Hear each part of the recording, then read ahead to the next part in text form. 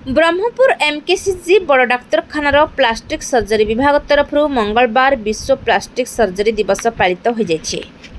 विभागीय मुख्य प्रोफेसर पृथ्वीराज सिंह अध्यक्षतार प्रथम एक सचेतनता रैली बाहरी मेडिकल अंचल परिक्रमा कर चिकित्सा क्षेत्र में प्लास्टिक सर्जरी आवश्यकता नहीं जनसाधारण को अवगत कर अवसर में विभाग सम्मेलन कक्ष एक आलोचना चक्र आयोजित होता।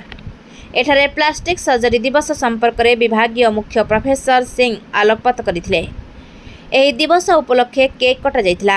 अन्यमानक मध्यरे सहकारी प्रोफेसर तन्मय कुमार महापात्र, डॉक्टर जस्मिन कुमार पाणिग्राही, डॉक्टर शिवराम कृष्णा, डॉक्टर ज्योतिरंजन प्रधान, डॉक्टर लिप्सा स्वाई, डॉक्टर प्रेम प्रकाश, डॉक्टर ज्योतिष समेत बहु डाक्तर छात्र छात्री सेविका अन्य कर्मचारी उपस्थित थिले। सूचनायोग्य प्लास्टिक सर्जरी विभाग में बहु गुरुत्वपूर्ण अस्त्रोपचार करा जाउछि।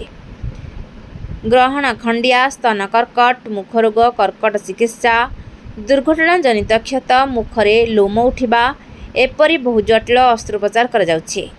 प्रत्येक जनसाधारण एहार सुजोग नेबाकू कहा जायथिला। हाँ सर, आप परिचय दिन सर कौन sir? Doctor Prithviraj Singh, associate professor department of plastic surgery MKCG medical college.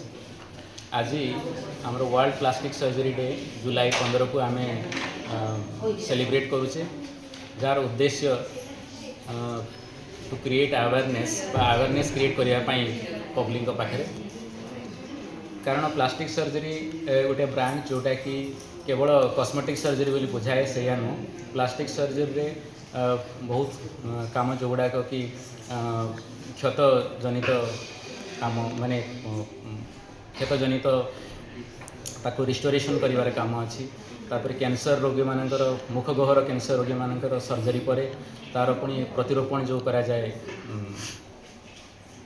बा रिकन्स्ट्रक्शन करा जाए से काम। तापर इन्फेक्शन जो क्षत थी तार भरण करवा ताको पूरण करवा। जन्मगत त्रुटि, ग्रहण खंडिया बेले जन्मगत त्रुटि, आउ परिस्रा द्वार त्रुटि, हाथ आंगुठी बा गोड़ आंगुठीर त्रुटि से गुड़ाकर ट्रिटमेंट करा जाए। बर्न केस रे एक्यूट बर्न पेशेंट्स ट्रिटमेंट करवा एवं क्रॉनिक पेशेंट गुड़ाकर जार हाथ कि गोड़ लगी जाए बेक लगी जाए से पोस्टबर्न कॉन्ट्रैक्चुअल डिफॉर्मिटी जो गुड़ाक आसे से गुड़ाक ठीक करवा। लेप्रोसी जो हाथ कि गोड़ फंक्शन नष्ट हो जाए से गुड़ाक रिस्टोरेशन करा जाए। टेंडन ट्रांसफर प्रोसीजर अच्छी जहाँद्वारा कि आउ कॉस्मेटिक सर्जरी रे लाइपोसक्शन, राइनोप्लास्टी, एब्डोमिनोप्लास्टी एभलिया प्रोसीजर करा जाए। ब्यूरो रिपोर्ट प्रयाग खबर।